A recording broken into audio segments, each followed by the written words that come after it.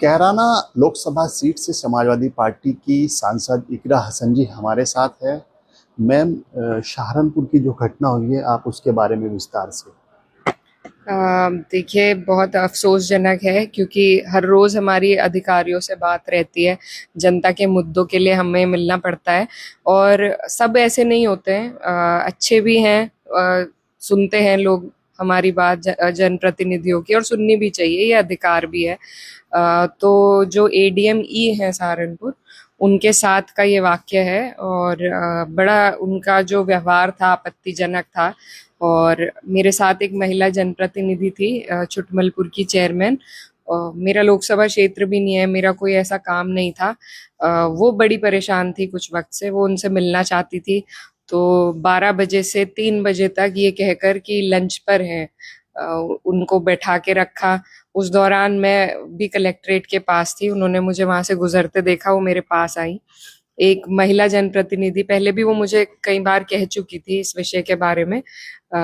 उस वक्त क्योंकि मौके पर मैं उन्हें मिली तो उन्होंने मुझे कहा कि हमसे तो हमें मिलने का टाइम भी नहीं दिया जा रहा और आप मदद कर दो। वो थोड़ी परेशान थी, भावुक हुई, और एक महिला होने के नाते मुझे लगा कि मुझे उनकी सुन मदद करनी चाहिए।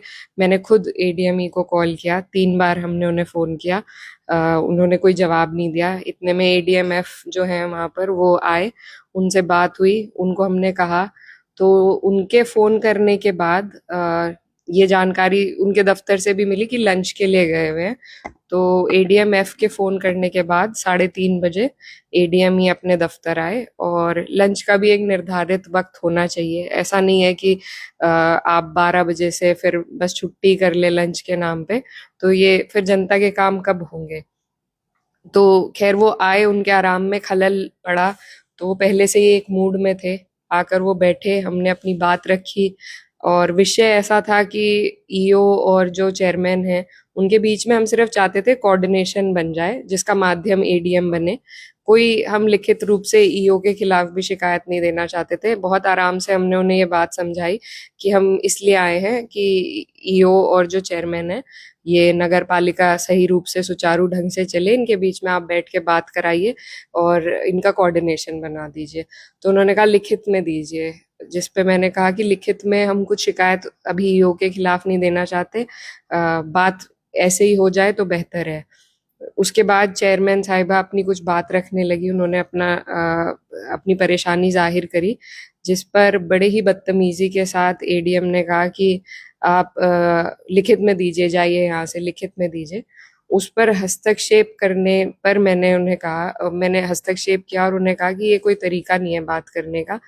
मेरे हस्तक्षेप के बावजूद भी उनका वही व्यवहार और वही टोन रही, जिस पे फिर हमें बहुत आपत्तिजनक वो बात लगी।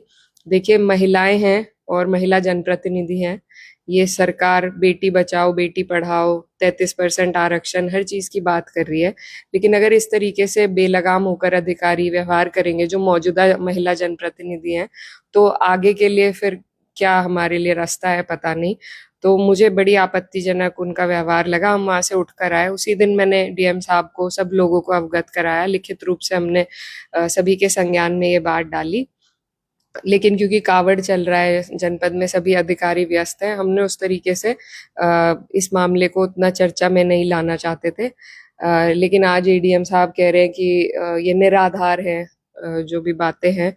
तो मैं लगभग 1 साल से जनप्रतिनिधि रही हूँ, और उससे पहले भी जनता से हम हमेशा जुड़े रहे हैं, जनता की परेशानियों से अधिकारियों को अवगत कराते रहे हैं। अगर ऐसी कोई हमारी मंशा होती उनके खिलाफ झूठ वो करने की, तो सिर्फ उन्हीं के खिलाफ कोई क्यों करता, और आज से पहले कभी ऐसा नहीं हुआ। तो निराधार कहना इन चीजों को, ये और भी गंभीर विषय है कि आप दरकिनार कर रहे हैं हमारी बात को। तो हमारा यही निवेदन है सरकार से भी और प्रशासन से भी कि सख्त से सख्त उनके खिलाफ कार्रवाई होनी चाहिए, उनकी ट्रेनिंग होनी चाहिए, क्योंकि महिला विरोधी उनकी मानसिकता मुझे लगी कि इस तरीके से डिसमिस कर एक एटीट्यूड में उन्होंने बात करी। तो ये सभी के लिए सीख है, और सीख का विषय होना भी चाहिए। कि उनके खिलाफ एक सख्त कार्रवाई हो, उनकी ट्रेनिंग उन्हें दी जाए कि किस तरीके से जनता से, महिलाओं से, जनता के जनप्रतिनिधियों से किस तरीके से बात करनी चाहिए, सुननी चाहिए और व्यवहार करना चाहिए। महिलाओं से भी, ये हमारे समाज की संस्कृति है, तहजीब है कि महिलाओं से भी एक तमीज के दायरे में सभी लोग बात करते हैं और हम भी हमेशा अधिकारियों से तमीज के दायरे में बात करते हैं। एक तो सामाजिकता और उसके ऊपर प्रोटोकॉल भी है।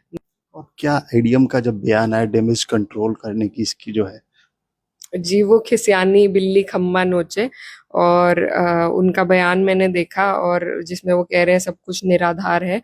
तो उनके भी अधिकारी एडीएमएफ वहां पर मौजूद थे, वो भी बता देंगे कि क्या हमने उनका वेट किया या नहीं, क्या उनके फोन पे वो आए या नहीं। तो बहुत सी चीजें हैं और हमें कोई शौक नहीं है किसी के खिलाफ इस तरीके से कार्रवाई करा के। कुछ घटना हुई है तभी ये बात यहाँ तक पहुंची है, और मेरी सभी अधिकारियों से बात होती है, डीएम साहब से, सबसे, सबको पता है क्या किस व्यवहार से हम बात करते हैं, पता चल जाता है। तो वो लोग भी सब जानते हैं और वो भी ये कह रहे थे कि हमें कभी ऐसा आपकी तरफ से महसूस नहीं हुआ और ये बहुत गलत बात है। तो अब हम बस यही इंतजार कर रहे हैं कि कार्रवाई क्या होती है उनपे। अभी तक कोई शासन से, सरकार से कोई किसी तरह का कॉल आपके पास आया हो आपकी शिकायत के बाद? जी बिल्कुल, जो स्थानीय प्रशासन है जनपद सहारनपुर के, उन्होंने कॉल किया, मुझसे सारी बात पूछी, मैंने लेटर, व्हाट्सएप सब किया हुआ है पहले से। तो उनका फोन भी आया, उन्होंने पूछा भी और मैंने अपनी सारी बातें उनके सामने रखी। अब कार्रवाई उन लोगों को करनी है और अगर ये सरकार, प्रशासन कुछ उचित कार्रवाई करते हैं तो ठीक है, नहीं तो हम फिर दिल्ली में इस बात को उठाएंगे। लोकसभा में आप जी, प्रिविलेजेस होते हैं, सांसद के प्रोटोकॉल होते हैं, प्रिविलेज कमेटी होती है। तो वहाँ पर अपनी शिकायत जरूर भेजेंगे, क्योंकि आज हमारे साथ हो रहा है, कल और जनता के साथ क्या व्यवहार उनका रहेगा और किसके साथ किस तरीके से बात करते हैं। तो ये सभी के लिए उचित है कि उन पे उनकी कम से कम ट्रेनिंग हो, कोई उचित कार्रवाई हो। तो बिल्कुल ये थी कैराना सांसद इकरा हसन। इनका कहना है कि अगर इसमें कोई ठोस कार्रवाई नहीं होती तो इनका अगला कदम दिल्ली में होगा, दिल्ली में ये अपनी आवाज उठाएगी। कैराना से सहयोगी आरिफ चौधरी के साथ में रविंद्र सुलानिया, भारत समाचार।